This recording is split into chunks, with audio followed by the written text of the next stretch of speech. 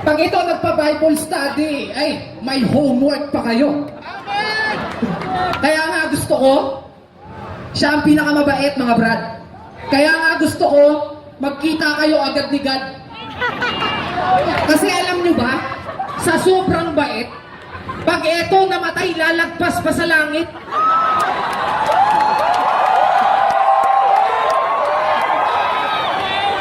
Si Delo ang pinakamabait sa lahat.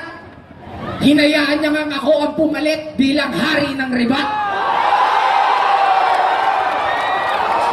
Tsaka si Delo, mabait talaga. Friendly. Siya nga ang dahilan kung bakit naging besi kami ulit ni Shay.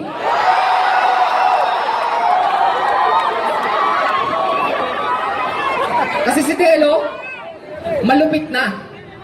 Wala na akong pwedeng iba pang sabihin.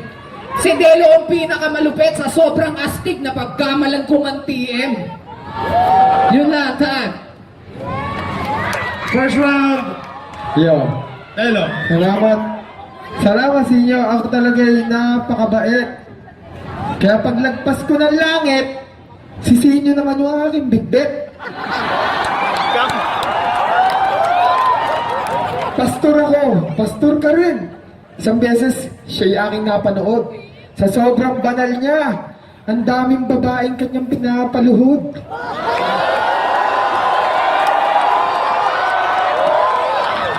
Pinagkatiwala ko na nga sa kanya lahat.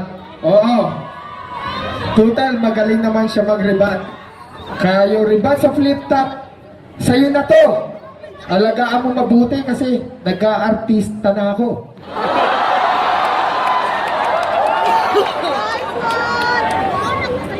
Kaya yung pagmamahal ko sa tao, ayan, wag mo nga hayaan. Bahala ka na dyan. Sinyo, wag mo silang papabayaan. Mamahalin ka rin yan. Time. Magingay para sa first round. And here we go for the second round. Go, Sinyo. Paano nga ako yung bitbit? Eh, mas mabait ka, bro.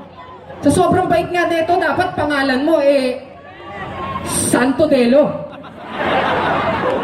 Tapos marami daw akong babaeng pinaluhod. Grabe ka naman. Eh, di ba lahat yung pinasubo mo kasi ikaw yung sakristan?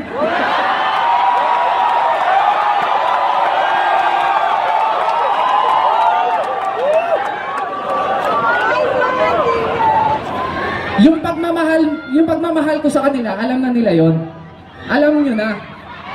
Pero si Delo kakaiba. Pinipili niya lang yung mamahalin niyang magaganda. Pero joke lang, ako talaga yon. Babaero ako, totoo. At si Delo po yung master ko. Bilang respeto. Naalala nyo pa ba nung tinuruan nyo ako ni Flick G ng galawang Hokage? May hindi nga alam na naging kami na nung babae. Ganun kalupit si Delo. Binigyan niya ako ng SIM na TM. Sabi niya sa akin, tol, text mo to, si Ria. Mabilis lang yan mapapasatin. Kasi astig daw sa TM. Oo, totoo. Sobrang lupit nga nag-triple SIM ako. Partida, iPhone to.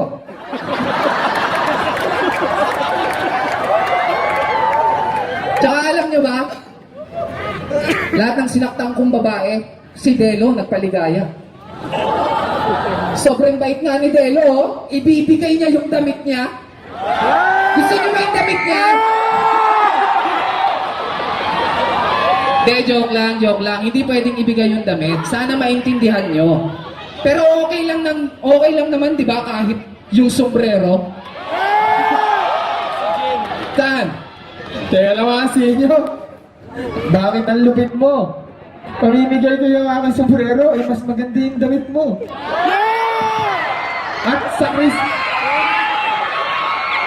At sa Kristan ako, tama yung sinabi mo dito. Pagsubo ka ng ostya, sabi ko, katawan ni Sinyo.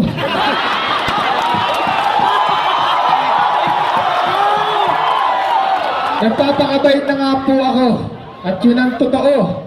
Kaya, Diyos ko, tukso, layuan mo ako. Binubuking na yung mga Hokage.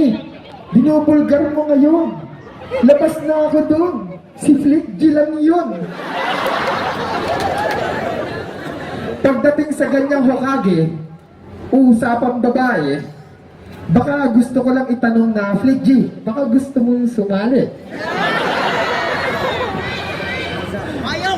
Para dito, ang mga nalalaman ni magkalabasan.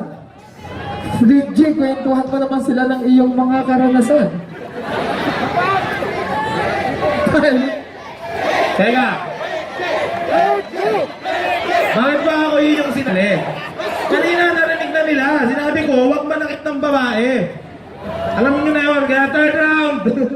Ayun na, may request pala kami. Ay, oo. Hindi, kasi alam mo sa Tago, marami din magagaling mag-rap dito eh. Oo. Ayan. Ikaw, may kakilala ka bang magaling mag-rap? O ikaw, magaling ka mag-rap? Babae, ito, ba't napalunok ka?